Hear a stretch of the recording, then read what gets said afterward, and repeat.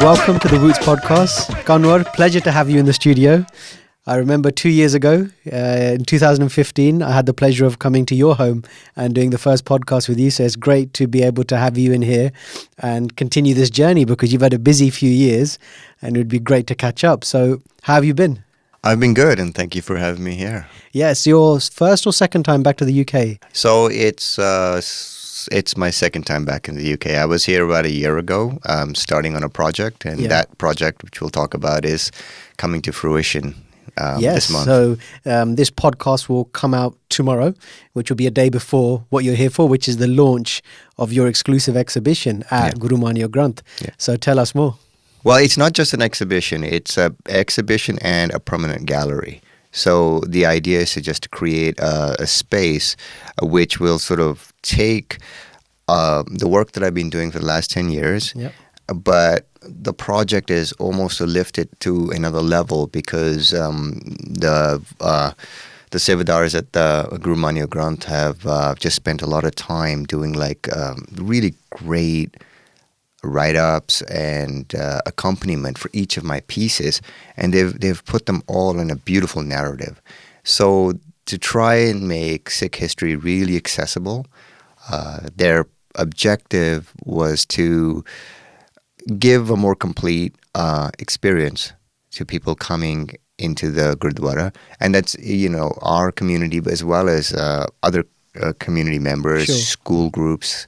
And hopefully the exhibit will help in that fashion. Yeah, you mentioned, I think this is a testament to the process, but you said you came here last year, which is where the talks first begun. So how did that even come about? Well, for the last 3 years, I've been actively exhibiting. Yeah. So what I have done is that in the past, I was really content as an artist just to work, and I really never popped my head up out of my studio. I'd finish a painting, on to the next one, on to the next one. I remember you actually saying in the last podcast, once you were in that zone, you kind of shut yourself off to the world because you would just continue putting out the workflow, and as the creativity hit you, you just, like you said, you buried yourself away. Yeah, I have a really bad habit of doing that. The main thing is that when you see my work, it's very detail-based. There's a whole process to it. So for me, it's an art piece isn't something that happens in like a day or two. It's often like months in the process. So I'm very reluctant to break that sort of, when things are going really well for me. Yeah. And, sometimes it's a day or two turns into a week. And if it turns into a month or several months, I don't want to stop. So what I don't do a lot of, which other artists do, is I don't exhibit much. I really don't get to like meet the people that appreciate the work. And I've been asked over and over again for the last 10 years that I've been doing this to, please come out, we want to see the work, we want to talk to you. So about 2 years ago, I finally started doing that. And it was a wonderful experience to really engage with people and really to hear how they receive the work. So would that have been the Sikh Heritage Month? That was the kind of start of that. Okay. Yeah, I got involved with Sikh Heritage Month in Brampton about 3 years back when we launched it, and I took care of the art side. That was sort of like, I worked with a really wonderful group, and they were really good at the event planning side, but they really had no clue about the art. Sure. So I just sort of took that on, and I created an exhibition space, reached out to a large network of artists that I had connected with in the past, some people that I mentor, that I wanted to encourage them to then, exhibit their work for the first time. And as a result of that, we had this wonderful exhibition space created. And I think I kind of caught the bug after that. So I did that for another 2 years. And I also started taking my exhibit outside, into Montreal, Ottawa, hoping to do that again. So April becomes my sort of touring exhibition, touring month. Yeah, which is nice. If you can sort of put it into a season, it gives you something to work towards as well. Because absolutely, I know we talked about how deadlines can kind of be a good thing because they push you to then complete pieces, knowing that they have to come out for somewhere. Yeah. So what happened is that I think the second year somebody saw somebody from the Guru Maneyo Granth Gurdwara was visiting, and they saw one of the pieces that we'd had blown up. It was a painting of Guru Arjan Dev Ji when he's putting together the Adi Granth, when Bhai Gurdas is scribing it. Yeah, this was over in Canada. Yeah, so this was second year Sikh Heritage Month, and I think they got to see like the scope of the painting. Right. Because I always envision people don't have the wall space for my paintings as they're intended. I don't have the wall space for it, but they're all intended to be massive. Yeah, I've seen the size of your printer. Right. It takes up this whole room. Exactly. So it's always a pleasure when you do get to print them at the scale. Yeah. Because even at that painting, for instance, when you look at it, there's a tiny detail in it when you print it to life size. In the distance, there's young Guru Har Gobind and his mother in the far off distance. You don't even see that. You don't see that unless it's blown up large. I'm gonna have to go. Yeah, see, now that you've just said that, I'm gonna have to go back and pay attention. Yeah, all of my actually, will I be able to see it on Saturday? Yeah, you'll see okay. it. So so there's a lot of fine detailing. In fact, all of my paintings have something hidden in them that people have had the paintings for ages, and then they spot it like randomly one day and they email me. But that's so nice. Yeah, because to have something and still be able to discover something about it later on, it's like you get to purchase it all over again. Because like, oh, hold on a minute. This is new, but it was there the whole time. It was there, yeah. What a nice discovery. Yeah. So you were saying they saw one of your pieces in Canada. Yeah, so they saw the potential for the storytelling, because for me, my art is really linked to the story. In fact, for me, the painting is secondary to the story, because the way I see it is that every generation we sort of reinvent how we visually tell stories, but the story never changes. Yeah. So the story is always the hinge point. So whenever I create a piece, I need it to anchor to not so much a strict historical time, like, not the nitty-gritty of history. Like, I have a background in world history. That's what I did in university. So but I also have a background in literature. That was the other thing I did. So for me... And animation. And animation. I stayed in school way too long, which my parents told me. So as a result of that, I'm really I find this fine balance between history, but what the alive part of history, not the stuff that goes in dusty cases and gets forgotten. For me, the story is the part that's alive. That's the part that lives. So I want my art to be anchored in the story. So storytelling is so important. So when they saw this one painting, they saw how many different stories I was telling in it. In that one painting, you have Guru Arjan Dev Ji is narrating the Adi Granth, compiling it. Which is a very seminal moment in Sikh history. It's it gives us that canon. It gives us the beginning of Guru Granth Sahib. And then you also want to tell the fact that this event coincides with the building of Harminder Sahib, which also Guru Arjan Dev Ji saw to that. And what's interesting is that for this exhibition, I also created a companion piece for which is Guru Arjan Dev Ji's Shahidi, because by giving us the Adi Granth, that's the reason Guru Arjan Dev Ji is assassinated at the end of when it really comes down to it. That's it was a very political move. 100%, absolutely. Right? It's giving a text in the common tongue, in a and it's also including text from different castes. It's at the time it was bringing people back, or bringing people into Sikhi out of the other religions, out of Islam, out of the dominant religion. So that's the real reason. So that's a very seminal moment. Yeah. So the inception of it is so significant for what you're saying there, because it is at that time and context, what a form of rebellion. Mm-hmm. What a form of rebellion through the written word. And like you said, because of what it contains, the choice of dialect, the choice of bringing in other people who weren't Sikh and taking their words because their message was in line with the Guru's vision. Yes. All of that allowed it to then have this, like a piece of protest, that it really was. So that's really interesting. You took both time frames and that's accompanying that original piece. Okay. Yeah. So what I did was create sketches that accompany some of these bigger paintings. And when I say sketches, I don't mean like they're quite detailed. They're borderline paintings in themselves. Sure. Just my idea of a finished painting gets a little bit obsessive. And then it's followed again by another painting of when Guru Gobind, the Guru Gaddi of Guru Gobind Sahib, and the pivotal moment where, like, Guru Arjan Dev Ji instructs that his son should sit on the throne armed. So in it shows Guru Hargobind with both swords, the Miri Piri swords. What happened?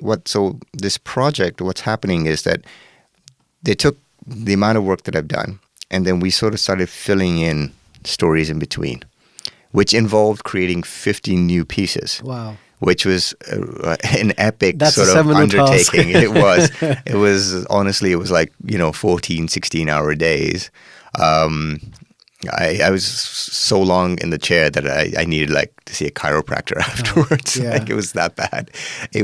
But I was so proud of what I did, because at the end of the day, it just pushed me, because at Guru Maneyo Granth, they invested so much into this project, and it was all for the right reasons.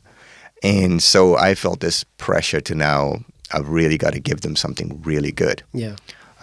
So that's, hopefully that's when people come out and they'll see that. It worked as a positive motivation. So in terms of having to come up with these 50 new pieces, because I remember when we spoke last time, you said that often ideas would just come to you. Mm-hmm. And as they came to you, you would work on them and take them to that place. So did you find through the sort of conversations you were having with them and the collaborative process, it started to fill in those moments in between for you?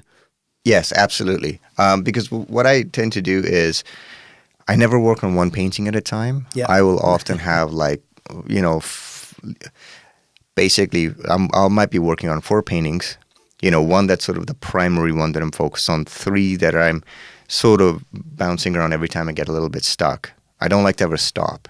So if the painting that I'm fully engaged in, I'll hit some roadblock, I'll go to some of the other ones and just push them along a bit. That's a great way to keep momentum. It is. And then there's another 2 that are ping-ponging inside my brain.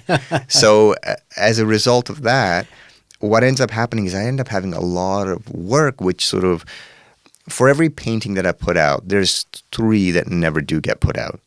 So when we started having this conversation about what they wanted to do, create this really grand narrative, and I'll be like, oh, well, I sort of got a painting for that, and I sort of got a painting for that. And at some point, I suddenly realized they were okay with everything.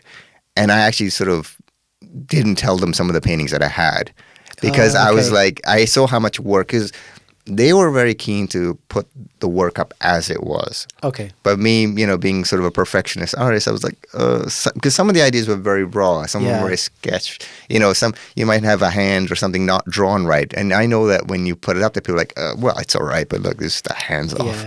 Or if anything, you'll notice it. So even if someone else doesn't, that will eat at you being like, no, I know that could have been a different way. Yeah. I mean, in my house, like it's good to put the paintings behind glass, because that stops me from taking them down and fiddling with them more. So they're never done for me. Yeah. So we created this sort of really nice sort of narrative, and they put a lot of work into the presentation of it, composing all the text. So it's really reachable, because I think we forget how little some people know. We it's almost like you have to craft the narrative for non-Sikhs, because unfortunately, a lot of our younger generation, there's those that are very engaged, but there's also those that they aren't. Yeah. And it's not their fault. It's just, we have to create easy entry points for them. Yeah. And that's what this project is. And I think that's a great way to do it. Something you said last time that really stuck out to me was your approach to painting was, how can you tell a story in a single picture? Yes. And it really stood out to me. But now hearing how this collaboration has come about, I think it's fascinating, because you've almost taken on the role of a director, and you've storyboarded effectively a script, which will now have its showing on Saturday. And I think that's wonderful. What a great feeling that you're going to see this, and anyone who goes through that, we're kind of going back to animation, I'm going to start at painting 1 per se and walk through, and by the end of it, every single person who walks through it is going to walk out with a different feeling. But the core message, which is what you guys have worked on, I think that's a very powerful tool that you can walk away with, because imagery is so, it just evokes so many different emotions. And like you said, especially when, I mean, you could almost make it could be your secret twist to things, you know, you could be the antagonist. But every few months you say, by the way, did you notice that in this corner, this is going on? Be like, I need to go back to the Gurdwara. I need to go back because I didn't notice that. I need to see this. Yeah. So that's a really cool way to bring this together. And were you part of the storytelling process in terms of the write-up as well? Did they show you like did it match with what you had envisioned through what you had created to how they describe the scene? You know, not so much. I was happy to sort of just create the work. Sure. Because I've often had this experience where I will go to, this is one of the things I like about exhibiting. Somebody will come up to my paintings and we'll have a conversation, and that person will describe the painting better than I ever could have. You know, they're just sort of able to connect with it in a different level, and it's refreshing for me. Okay. And when I collaborate with people, I really like to just let them do their thing. I find that way you learn from it. I just get like, and at the end of the day, the paintings will be the paintings. And so a lot of this exhibit will be totally like new to me. You know, like even as we said, we're sitting here, they're like putting in the finishing touches, and I don't even want to see it like until it's up. I just want everything to be final. And I don't think they don't want me to see it either, because no one's given me a lift to the Gurdwara. But that's kind of a really nice feeling, because you've done your part. Yes. And how wonderful is it that so you can collaborate with people who share your vision, share your idea, and like you said, they've taken it upon themselves to now take that to the next part of the journey. Yeah. You've done your bit, which was creating the art pieces. Now they are going to help curate that, so to speak, and tell a story around it. And I think that's like, next is pretty much a film, you know, that's the next step. But I think that's a great way to have that collaboration. So now these 15 new pieces, so no one has seen them. These are all going to be launched exclusively. And no one will see a lot of them until like, even afterwards, I won't be releasing them. A lot of them, I'll gradually release them. Sure. I mean, I'm sure people will take pictures and whatever, but you know, but at the end of the day, if you want to see them, then you have to come see them, and you might not see them for months otherwise. Well, I think that's fascinating. And with those, are you happy with the overall story that you were able to tell? Because I guess you were working with different timelines, because you've had some staple pieces which have been there, and then now as you grow as an artist, so does your vision and maybe your approach. So did you find that you were finding ways to blend the two together, of stuff that had been around for a while versus these new pieces that you were having to create? I think it's actually remarkably easy, because when I'm painting, I've always had, whether I was aware of it or not, I've had the same sort of timeline in my head. I've always seen it as this long, protracted film. Oh, interesting. Right? So that's why it was so easy to like basically arrange them. There was no editing needed. There was no. It's like more scenes. You've already got the vision in your mind, and you're just creating more scenes through that. Wow. Yeah. And so, has this given you? Is this an approach you'd like to continue, like being able to almost do a series, and release it in that format? Yeah, it's. I think there's so much potential for that. There's so many different things you can do. I'm working on different projects. What's happened as a result of this project is I've actually put out a lot more work this year than I anticipated doing. And in a way, I'm a little bit sort of painted out after this. So I really want to work on something completely different. So, and I always have so many things going on. I think a few years ago, we talked about like a comic book that I wanted to do. Yes. My original passion in art started in comic books. Yes. I wanted to be a comic book artist from like, you know, when I used to live around the corner here in Heston. Yeah. Like, you know, just sitting there like endlessly, like, you know, going like drawing like comic page after comic page, and we sending it into Marvel UK and whatever. Yeah. They'd ignore me. But you know, so and then so I'm working on I'd like to sort of come back to a project that I was working on. Well, let's get into that, because Yeah. I mean, it was fascinating. Even when you first, actually, I'll let you share it. How did that idea first come about? Okay, so I approached a friend of mine. He's a PhD in English Lit. He's not Sikh. His name is Chris, but he knows how to tell stories. And I gave him like this sort of, I guess, sort of like a kid's book of like Punjabi Sikh folk tales, Okay. you know, or our history, you know. But it was each story was told in a 2-3 page, and I just asked him to pick something. So he read all of them, the whole book, and he came back. He said he really wanted to do the story of Bhai Bota and Bhai Garja Singh when they started charging a toll on the Grand Trunk Road. Yep. So the comic book is going to be called The Toll, and it tells their story. But over the years, it sort of evolved in my brain. Like, we wrote out a script. We had some holes in it, but somehow I visually didn't see it in a way that really interested me. It was kind of, I didn't want to make it just like another comic book. Okay, you didn't want to follow the conventional ways of doing it. Yeah, I've always been drawn to like more sort of, especially recently, more sort of independent comic books, away from the sort of Marvel DC sort of style. A lot of headshots and talkie bubbles and stuff, right? And so what I've sort of developed it into is more like, almost like each page will really consist of only 2 panels, really like 2 paintings stacked on top of each other or alongside each other. It's very cinematic in scope and a completely different style too. I'm experimenting with a style that is really not what you're used to from me, because the trouble with the comic book is there's a lot of work. So I can't do it in the style that I currently do it. I mean, if you took all of the work that I've done and arranged it into a comic book, you'd have about half a comic book, maybe. And that's 10 years of work. Yes. Okay. So, you know, before I die, I'd like to get this done. Sure. So I'm developing a new style, but it's going to come back to sort of my sort of film training, and it's going to be told in a very cinematic way, and almost I want it to be a visual poem. I want the words to be really limited. Like if a panel, you know, instead of like 2 people talking and bubbles everywhere, I want that condensed to maybe 10 words, 5 words, 1 word, you know, to really, and let the visual language, let the images push the story. Because we know the story. That's sort of the beauty of, that's why I'm addicted to this, to Sikh history.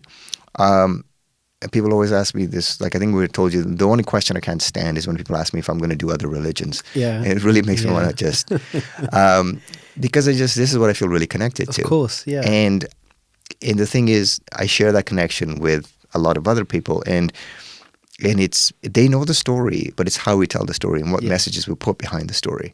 So. And it's funny you say, because even coming back to our point of a younger generation, the idea of they know the story, we're talking of an older generation. I'm confident to say that I could ask a lot of the younger generation below our age, and they'll be like, rings a bell, and some will just be like, haven't got a clue. Right. So actually, you're afforded an opportunity to bring an very important Sikh story, because talking of politics, talking about the idea of being sovereign, Bota and Garja Singh effectively went out onto the road. That's like them taking the main street, like Dixie Road, or, you know, taking the main Great West Road here and saying, right, if you want to move through here, you're going to pay a Sikh tax. Yes. We do not recognize the Mughal rule, and we are enforcing Khalsa Raj here. Yeah.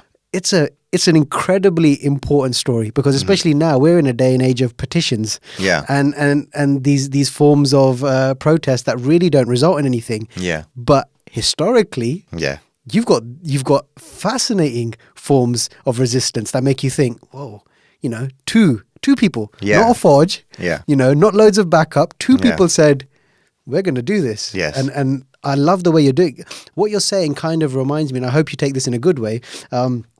Reminds me of, have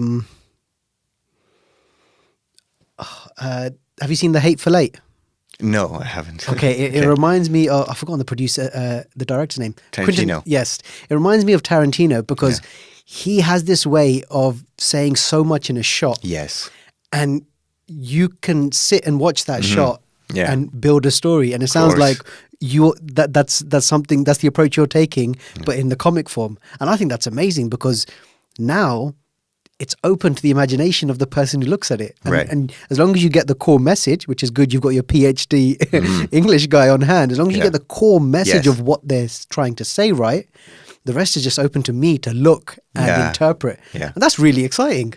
Well, that's what you're touching upon, right? Like, okay, so you're saying you're coming from a generation that sort of knew the story, right? And I'm in the same boat, right? We knew it, and this current generation maybe knows it less or doesn't know it at all. Yeah. So, but the thing is, what is this current generation referring to? Stuff that like our parents maybe saw, the art that like from the 60s, right? Or the soba sing sort of. Yeah, so that stuff barely connected with us. Yeah. Is not going to connect. So we have this sort of special spot where we can sort of connect with what like somebody now, like a younger kid would. I have children of my own, what they would connect with. And at the same time, we kind of understood. So we were sort of a bridge between those generations. So our job is to sort of carry that information across. And the reason I say I have, my very white friend Chris, who wrote the story, it's not that he wrote, I mean, I know the story. I could have written the story. I guess he was able to see it from very non-Sikh eyes, just as a storyteller. So he brought things to my attention that I would not have noticed. So it kind of, and it's not stuff that's going to be like in the overt messaging, but just in the, how do you tell a really good, high quality story on the same level, right? We want to create work. We have stories that are amazingly inspirational. Mm. But in terms of what we are producing with that, it's still not, it's getting there. It's getting better. We're stepped away from the 60s calendar art, but we're not. Yeah. I'm so glad you say that, because I could not agree more. Right. And it's so important that we challenge ourselves to push that narrative. And you touched on something there that is something that just came to mind. But how do you ensure that, because whilst there's a benefit that your friend Chris doesn't have a Sikh lens on it, at the same time we want to ensure that the message maintains a Sikh message, and that doesn't get lost.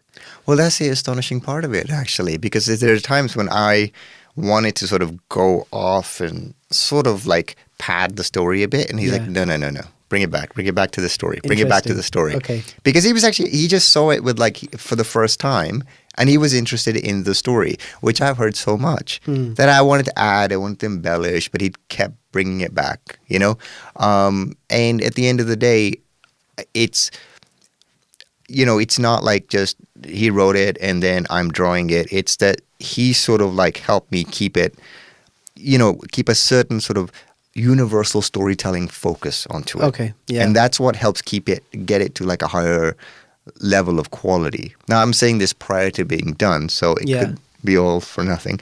But I hope not. I don't think it will be. Well, the point I'm touching on, and the good thing is I think you're already on board with this line of thinking, is you understand the significance of what they've done. Mm-hmm. And for me, I'm just saying that it's important that, because it's kind of, it's a responsibility, but it's a responsibility that I think both you and I are happy to take on, because we're genuinely passionate about this. It's ours, and we want to share it in a new light. And I think there's something quite powerful in ensuring that the idea of it was a sovereign move, it was a political move, as long as those essences are maintained, and to be careful not to turn it into, I don't know if you ever saw these comics, it was by Chakravarta or something like that, really old school Sikh comics. Right. And that's kind of what they done. They lost the story. Yeah. So they told the story, but they lost the essence of what it meant. And kind of what you do through your paintings, you have a meaning. Yeah. And that doesn't get, no matter what else happens around it, you make sure the meaning is within it. Yeah. Something which I will touch on later is I thought you done brilliantly through the Jaswant Singh Kalra painting. Mm-hmm.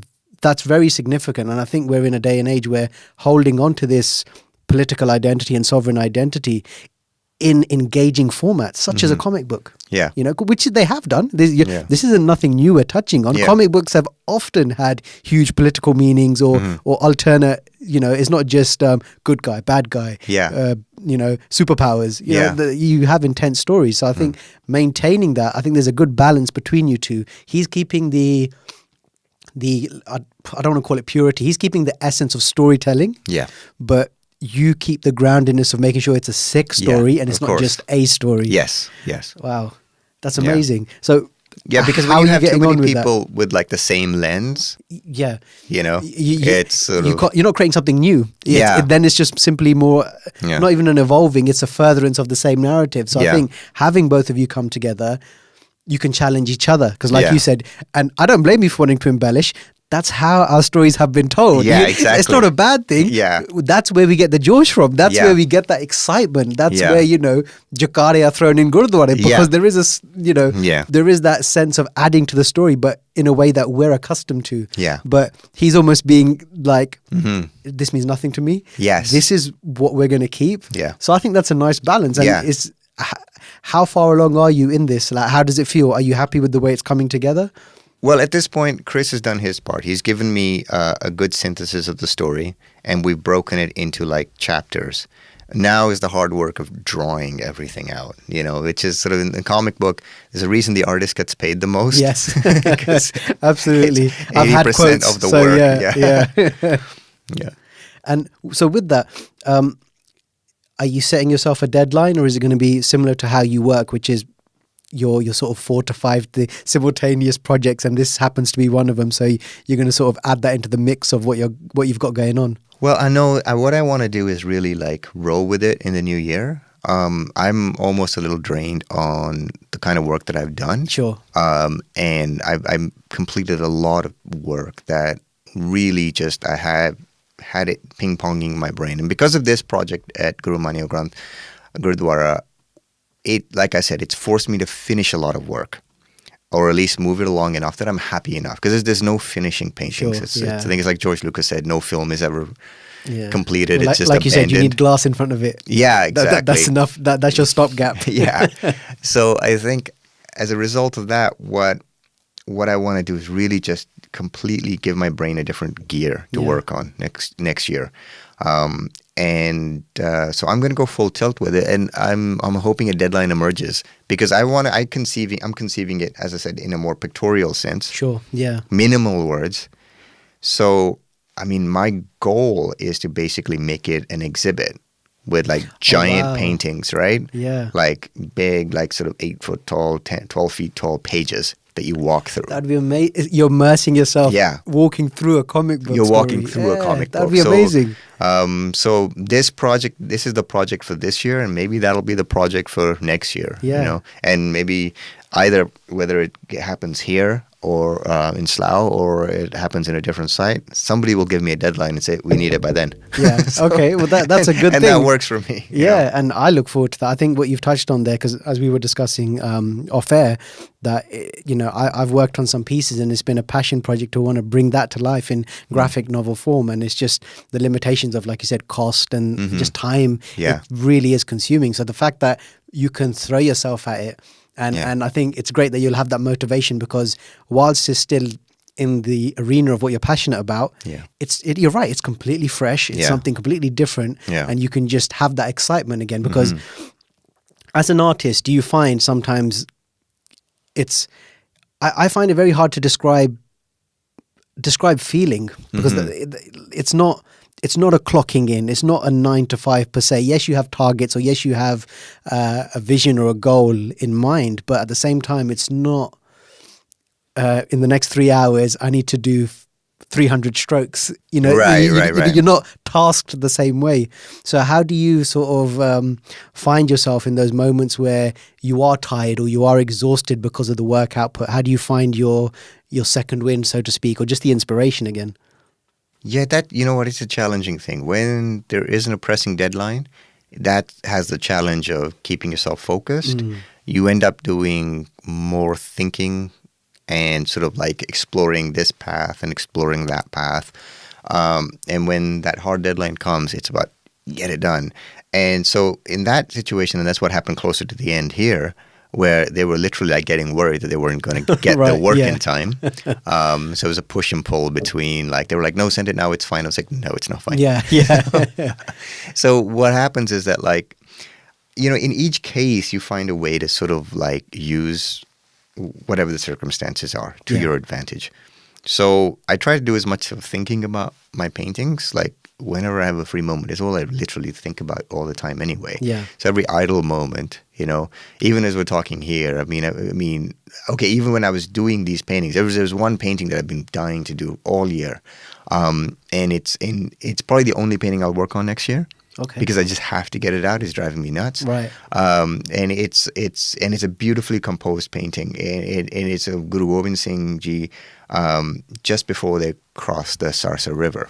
Oh, You know, okay. and I've got every detail of it worked out in my brain. Yeah. And at some point I have to get it out because otherwise, like just, you know, it starts like frustrate. It's almost like a. And you want it while you want it Yes. while you're passionate about the idea, because Yeah. your creativity will come from that place of you can finally let it out. Yeah. And let those moments flow. And okay, maybe this is a good segue, so thank you for that. But the Gobind, the 350 project. Yeah. So what did that entail? So this is a project I sort of hatched.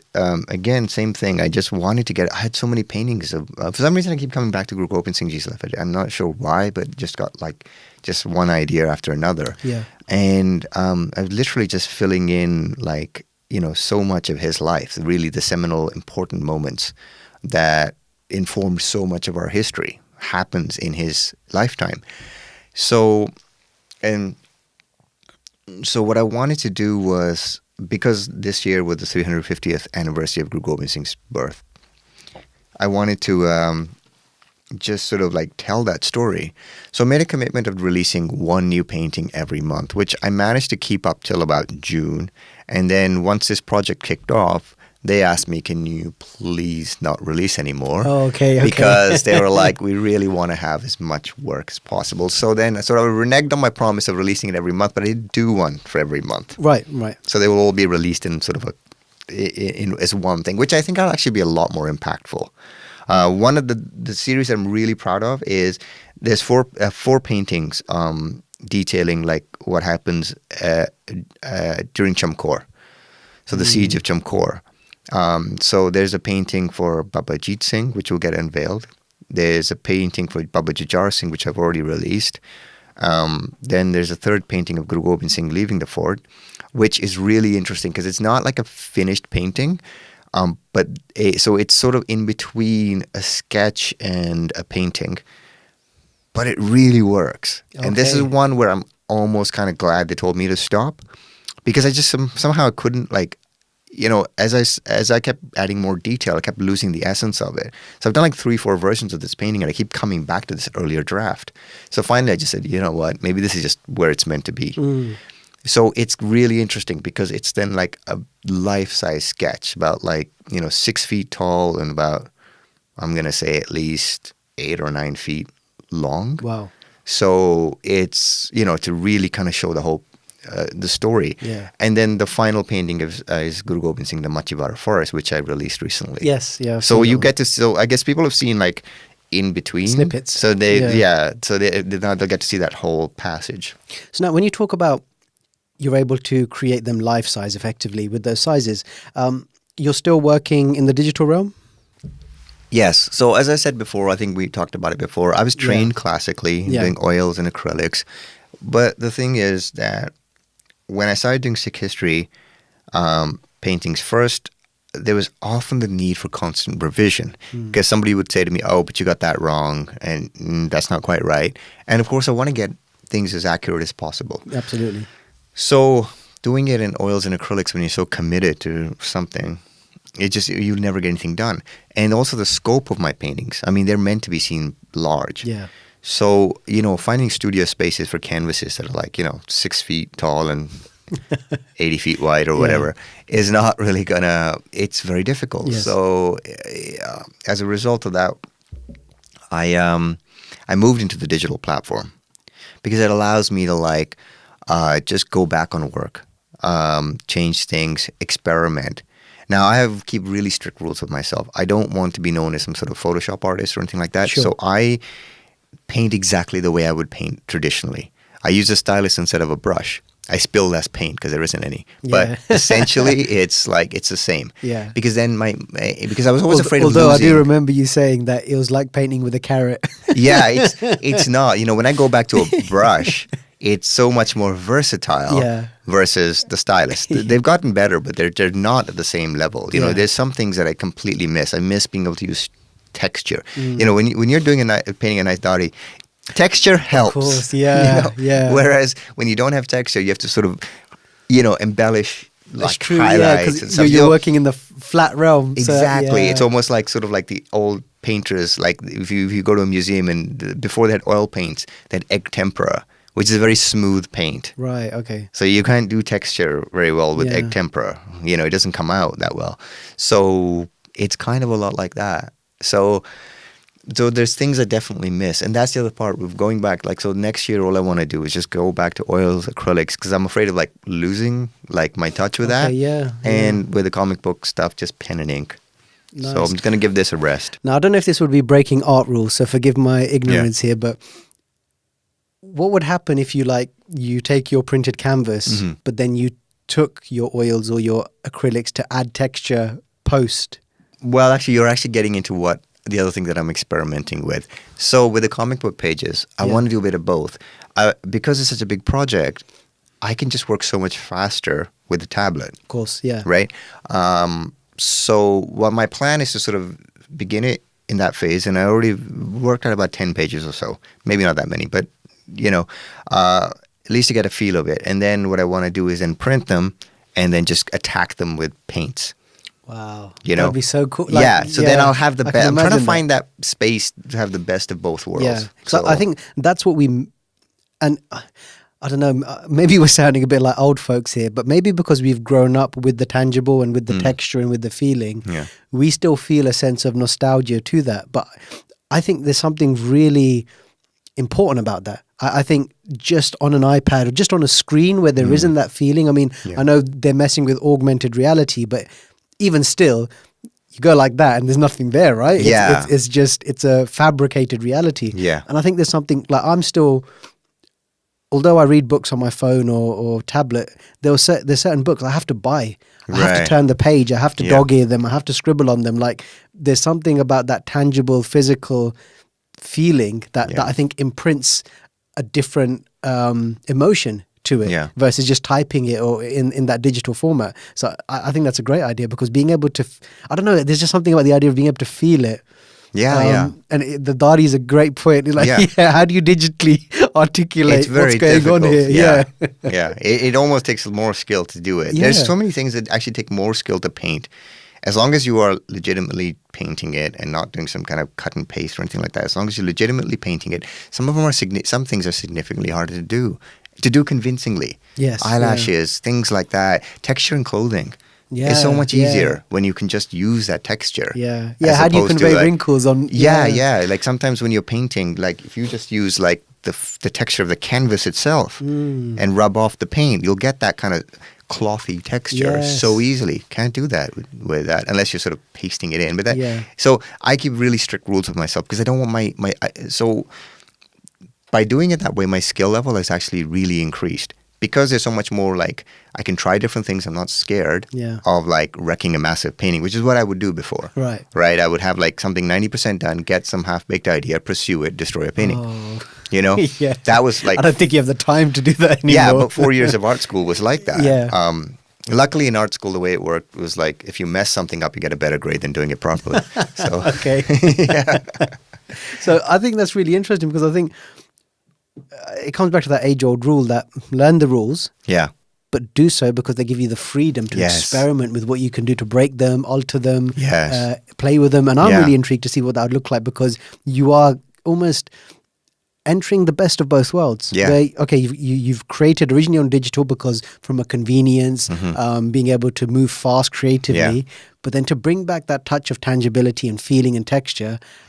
it'll be really unique. I feel sorry for the printers. I have no idea how they're gonna like manufacture that en masse. But as an idea, I think that, or actually, that'd be amazing for your 6 foot by 8 foot, the walkthrough experience. Exactly, that'd be phenomenal, because then there's almost a feeling of they're coming out. You know, by hurry up, like I can't wait.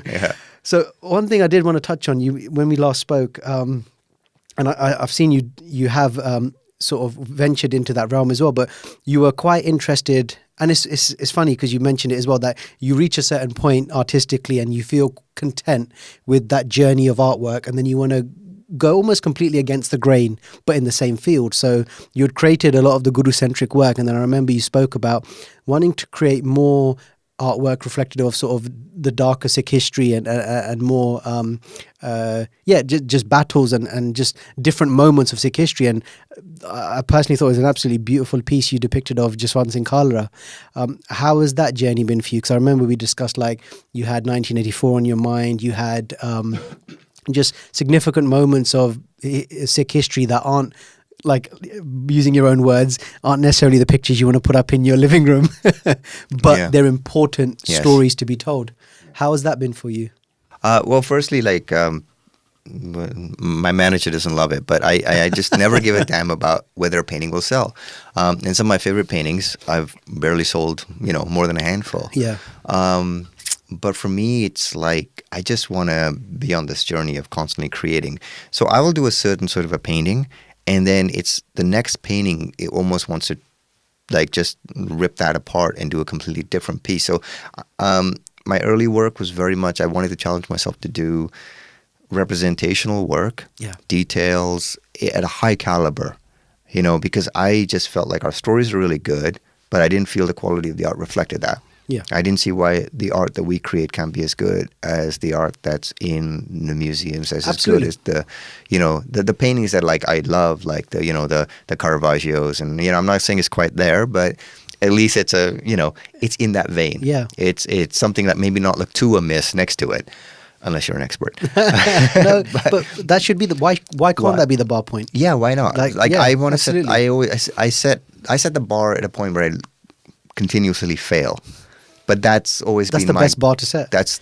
Because your idea of failure is other people's. Can I have that, please? Like, I remember when I went to your studio and you had maybe it's going to be there. You don't have to reveal, but you had a depiction of Sid Ghost. Right. And I was like, I'm ready. And you're like, no, I'm not happy with that yet. Yeah. So I think it's important to set the bar high, because when you love what you do, it's never going to be a bad piece of work, so to speak, because even if it wasn't to your standard, you done it with love and passion and creativity, that is still going to be something that was worth creating. Right. And I think that's important as well, because I think especially the younger artists, you can often get disheartened with this idea of, oh, it's not like this. Right.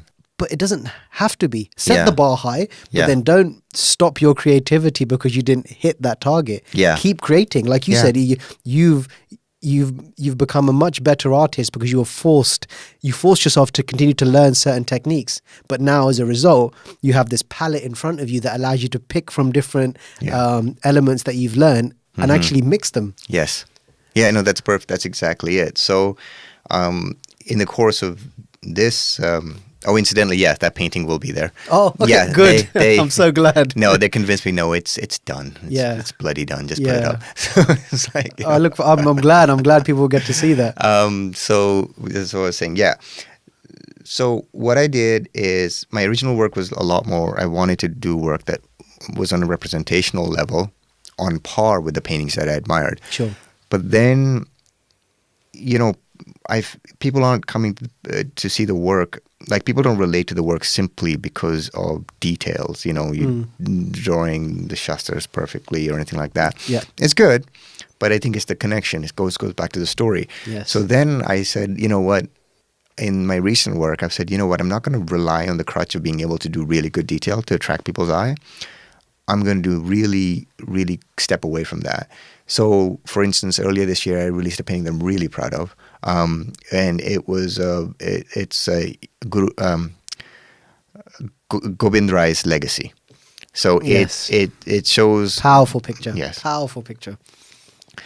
So that picture is really about connecting on how we feel about that moment, you know, as opposed to the specific, you know, it's not about like exactly how the event unfolded, but it's really just about Guru Gobind Singh Ji receiving, becoming the Guru, because he essentially receives Guru Tegh Bahadur's head. And it's about two things. It's about this incredible responsibility. You know, like our faith hangs by a thread at this point in history. And it's also about the fact, so it's about a young boy of 9 years old taking that responsibility on. But this is our Guru too. And so it's not, you know, it's not any boy of 9-year-old. Yes, exactly. So, and it's about the passing of that response, the passing of the jot. So in the painting, there's really just, there's just such an intimate moment between Guru Gobind Singh's face looking down upon his father's face. And that's the whole painting. And the rest is feeling.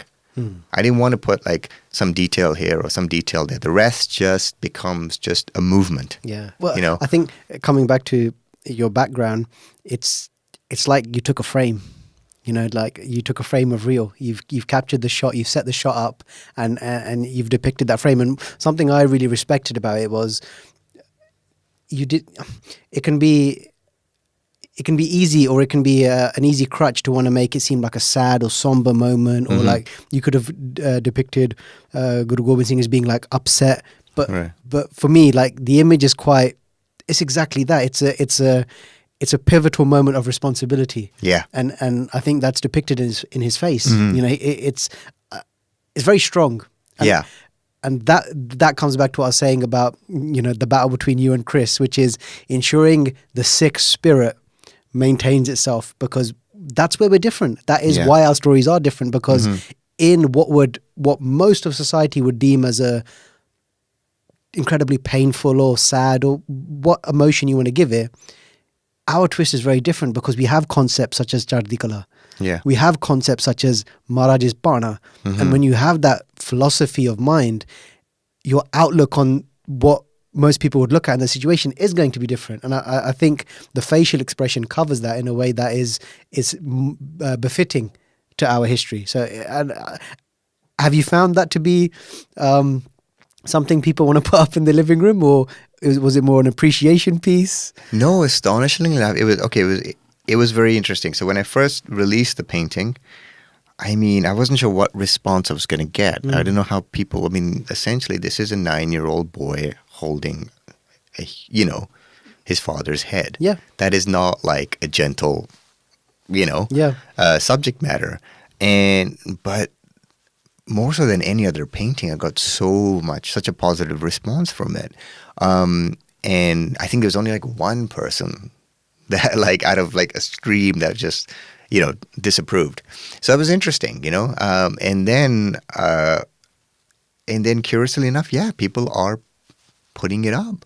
In fact, what's really special is in I don't know exactly how it's going to unfold, but in the initial point with the exhibition at Guru Maneyo Granth is they wanted to isolate that painting completely. Like to really, so I don't know exactly how they've done it. Originally they were talking about just putting in a completely separate room with only that painting hanging in, and only enough space that 2 people can come in at a time, just see that, just contemplate that moment, you know, in isolation. So it's been a very powerful painting, and it's really reached a lot of people. Yeah, I think there's a wonderful significance to it, because again, similar to that, and also to, you know, Shaheed Jaswant Singh Khalra, is this idea that as a Qawm, as a community, we've never shied away from this idea. If you go to most Gurdwara, you'll find photos upon photos of Shaheed Singhs. It's not an unfamiliar scene for us. We've grown up with it. So I think to depict it is really important. Even with again, so I keep going back to it, but it's something I'm passionate about, so I'm naturally drawn to it. But with the Shaheed Jaswant Singh Khalra picture, just the images of the soldiers and the Singhs with their arms behind their backs, you know, it's very visceral. It's very raw, and it's I guess definitely for me, it's the most relatable Not that any of the other pictures aren't, but it's from I was born in 84. Yeah. It's from the generation, I've come from this era. Yeah. So I'm really happy that you done that, because it was nice that you said you were heading in this direction and you were able to find that time to create such a significant piece. And I think these moments are just as important, because they tell this is a living just as much as a living history as the Guru Sakhiyan. Right. And if not a more potent one, because it's closer to our time era. Right. So to remind people that this happened, this exists, and it still exists, and you're able to do that in a way that's so far reaching, because it's art. Yeah. I think that's really powerful and important. So I just, thank you for doing that, because I think it's an important part of telling the story, and I'm glad you're not afraid to shy away from it, and you're actually happy to take that on, because and something you said on the previous podcast that really stuck out was, when you were a kid, it looked to what you as a kid were patake, were fireworks, because of what was going on during the attack. Yeah. This is very real. This is very honest. This is a part of our story, and I think it's important that you are tackling it, and a part of you wanted to find this story and bring it out in your style. Yeah, I think we could talk for an hour on this painting alone. Yeah. It was a really, this was a personal journey for me, this painting. And it reflected on so much of my life history. Firstly, I just think, I paint scenes from a history that's kind of a little bit out of reach. And it becomes sort of idealized. So doing the painting of Just Once in Color, and Just Once in Color to me is the essence of Khalsa. So it's because he was an ordinary guy. He was he worked he's a bank manager, I think, right? And it's just that, one of his friends just didn't show up to work. And that's what started his investigation. Yep. And that's what led him on this path. And he stayed committed to that path. And and it wasn't anything glorious. He just really wanted to just give closure to the families so they would know. Yeah. Oh, just in case, sorry, we're kind of talking knowing the subject matter, but anyone who is unfamiliar, if you wouldn't mind sharing a little bit about who Just Once in Color was. Okay, well, so Just Once in Color is a human rights activist out of India, and in the late 80s and early 90s, he exposed how the Indian military forces, backed with the Punjab police, were basically illegally cremating numerous Sikhs, which now ended up numbering in the thousands. Yeah. And these are just youth. And mainly young Sikh boys and men, yeah. Exactly. And it was just basically, it's just, at the end of the day, it was a reign of terror, just to frighten the population. And it's just, for me, Just Once in Color, so the story is that, when his friend didn't show up to work, he started investigating, and he eventually uncovered the fact that, so many young Sikhs that are, the government would claim that, they've just gone overseas, they've just, they're fake encounters. Yeah, but they were killed in fake encounters and then illegally cremated. And he did it by following up the records of sales of firewood. This is it, yeah. So that painting is very different because it tries to tell that whole story. So if you look at the piece, one thing I didn't want to embellish anything. So it was a very, very difficult painting to do because I had just my wall plastered with these photos. All of the photos of shaheeds, the photos of innocent boys disappearing that had been disappeared. I took them from photos of farmers in the pen just holding up photos and saying their son disappeared. And so I was painting real people. So I wanted to be respectful of that, but it was really difficult. I would work on the painting for a week, and then I just had to put it away because it was just too much. You're sitting in a dark room by yourself working on this. It just really plagues your mind more and more. So the painting took a really long process to get out. It was a good 2 years in the process. And initially when I'd worked on it a little bit, and I'd shown a friend of mine, he's sort of a mentor. He's in Brampton. His name is Tom Smart. He's the museum curator at the Peel Arts Gallery. Okay, yep. So I showed him that painting. I showed him a few paintings, but he immediately gravitated to that painting. He wasn't even interested in anything else. Yeah, right? Okay.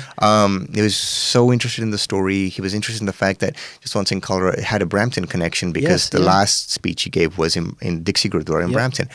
And he just urged me to keep it loose. He just says, don't, I have a tendency to like be very detail oriented. So this was really challenging for me. So on top of it being subject matter, I had to develop a style that was different, that was contrary to my usual style. Sure, yeah. And that kind of froze me up because I was so afraid of just messing it up. I was afraid of doing something that wasn't like worthy of the story. Right. So it was pushing you out of your comfort zones, and then suddenly doubt starts seeping in about if Yeah. it's a style you're comfortable with. Yeah, Okay. I started questioning every stroke, and so it took a long time to get out. And it's interesting. There was nothing to think about. I knew everything that I had to put in the painting, but putting it in was very difficult. Painting pictures of like young men that were disappeared was very difficult. Painting scenes of Singhs with their hands tied up behind their backs with turbans, and referencing, like there's a shot of it. It was a lorry full of corpses, and I had the photo of the lorry full of corpses with literally blood pouring out of the side, and I had to paint that. So when you have to paint it, every stroke, you're drawing somebody's eyes. There's such a strong connection to the subject matter. So everything represented in that is basically a photo composed of 1984 pictures from 1984 to that sort of dark decade. Yeah. And it comes back to my childhood when I was growing up here in Heston. My dad would send me to the local newsagents to pick up the copy of Des Pradesh every week, and I'd go there, and I was like 10 years old. And I would walk home with this thing, and I'd be looking at all of these pictures. It was a good 20-minute walk. So those pictures were so indelible, they were just in my mind. So it was it was really, it was challenging to revisit them, to paint them. And, just my connection to 1984 just goes back to the fact that we lived in Amritsar and we left in 84. Yeah. And I remember I lived we had a hotel we owned a hotel just outside of our Harminder Sahib area, just outside the complex. Yeah. And our lives were set, I was never meant to come to the UK and then go to Canada. My dad had no plans for that. Right. He was an engineer. He worked for a British company, but he didn't even bother getting British citizenship. He just didn't want it, Right. He was like, no, our lives are going to be in India. Yeah. So because of that happened, my whole life was turned upside down. But I remember being there. And I remember when we were allowed to go to the site, visiting the site afterwards when they let people back to see it. So, and then we left in early 85. Did you go, so you got to see the Akal Takht? Yeah.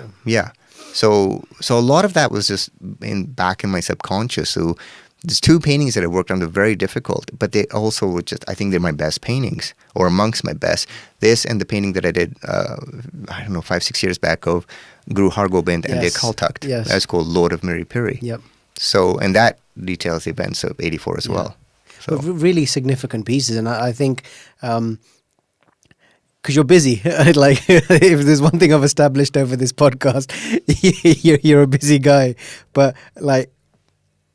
as a fan of your work and as someone who appreciates you approaching this challenging work, I hope it's something you're able to continue, because you've got a busy 2018 as well. So it's not easy, and it's very interesting to hear that this took 2 years because of the emotional connection. Yeah. But I think they're so important, because outside of the actual photographs, it's not an area most artists tend to venture towards, because probably because they don't know how to tell that story. And I think the world is a wonderful thing. कई बारी Punjabi ਦੇ ਵਿੱਚ ਹੋਰ ਸੌਖਾ ਹੈ ਸਮਝਾਉਣ ਨੂੰ, ਪਰ ਸੱਚੀ you end up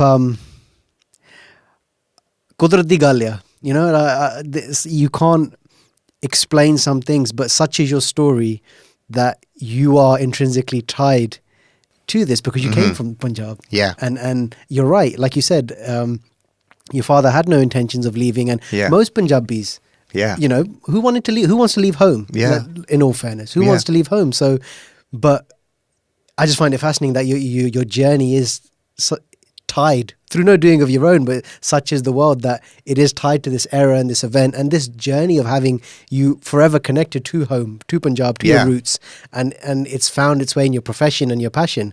It's really quite a beautiful thing, you know. Like it makes me quite.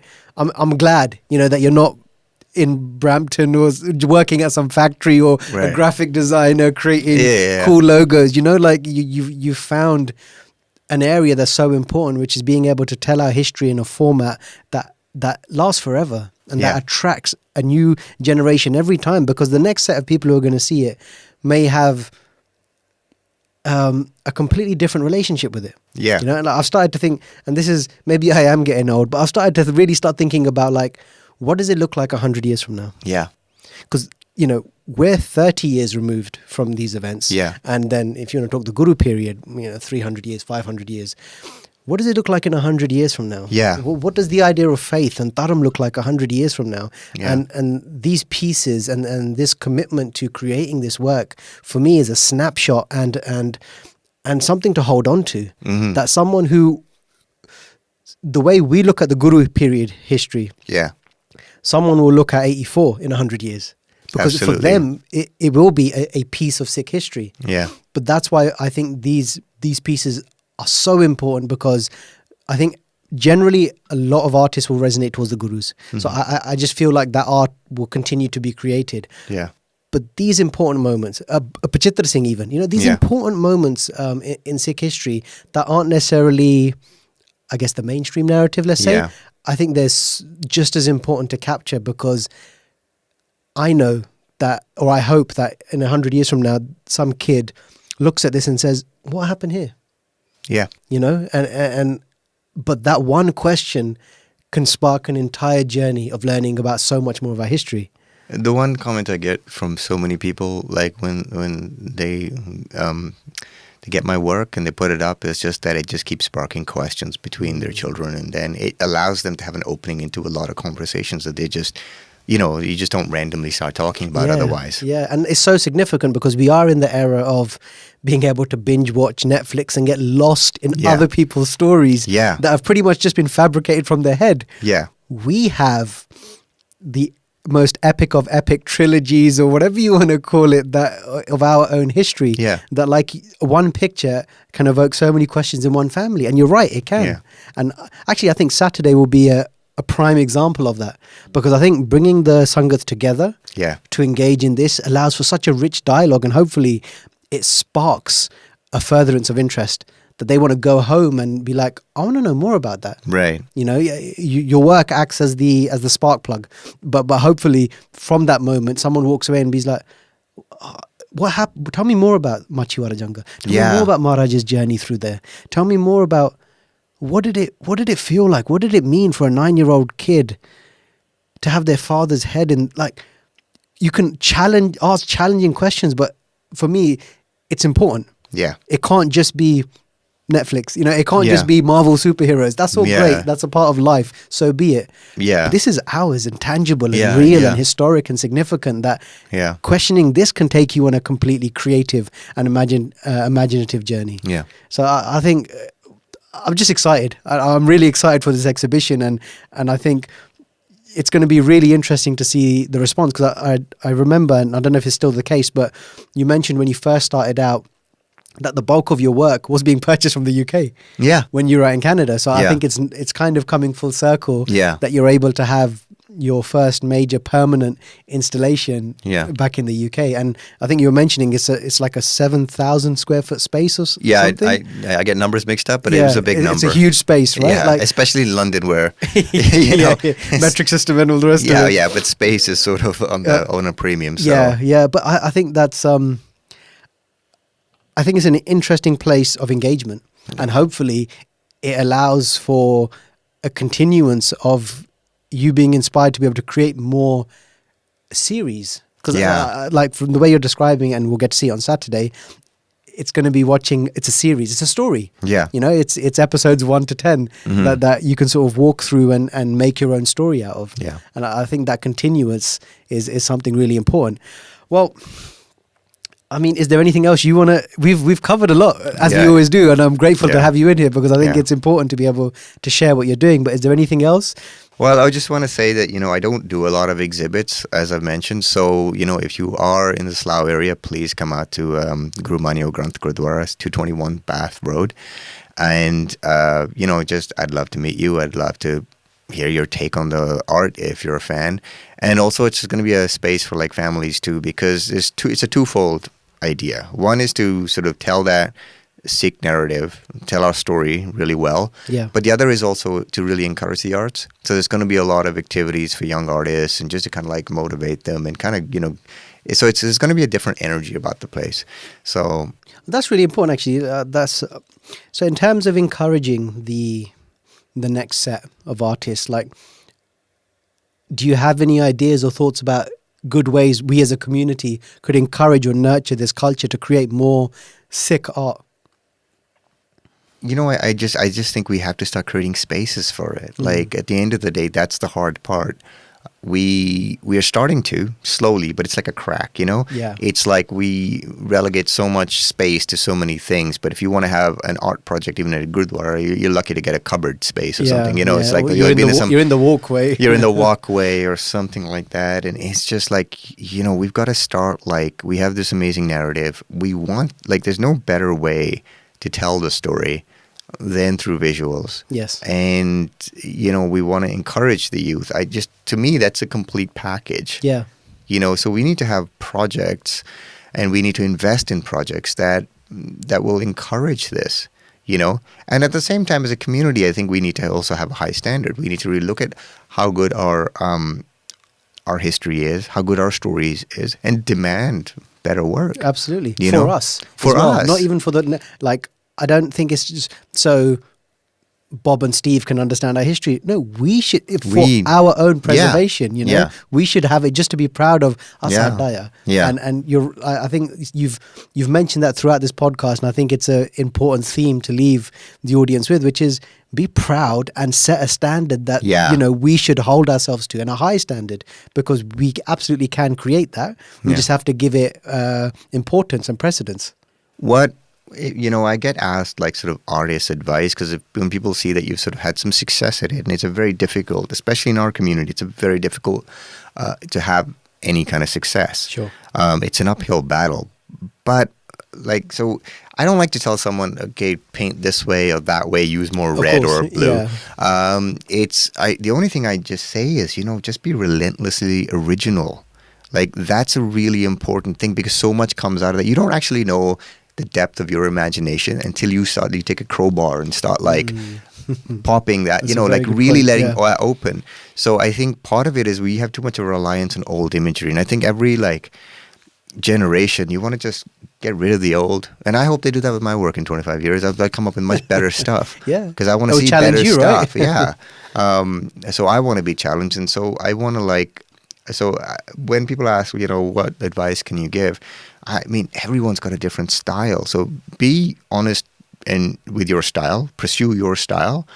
But just, if you're going to say, like, you want to be a Sikh artist, not like a Sikh who happens to do art, but if you really want to focus on this narrative, really tell it in your own way. There's so many different perspectives, So it's like sometimes I get asked, like, why don't you do more paintings of scenes with Sikh women? And I'm trying to. But at the same time, I think we need more female artists that are approaching those subjects too. Yeah. And their approach will be so unique because they'll understand it better than we could anyway. Of course, yeah. And that's the beauty of it. Yeah. Awesome. Well, thank you very much, Baji. It's been an absolute pleasure having you in the studio. I can't wait to see the exhibition on Saturday. So to you guys who are watching and listening, make sure if you are available this Saturday, the 4th of November, get yourselves down to Guru Maneyo Granth Gurdwara and get to meet Kanwar, because you'll be there and you'll be discussing the pieces as well, right? Yes, and if you absolutely can't make Saturday, I will still be around on Sunday. But Saturday is the event. That will be unveiling. So that's the day to make it if you can. Brilliant. Thank you so much, Baji. Thank you very much.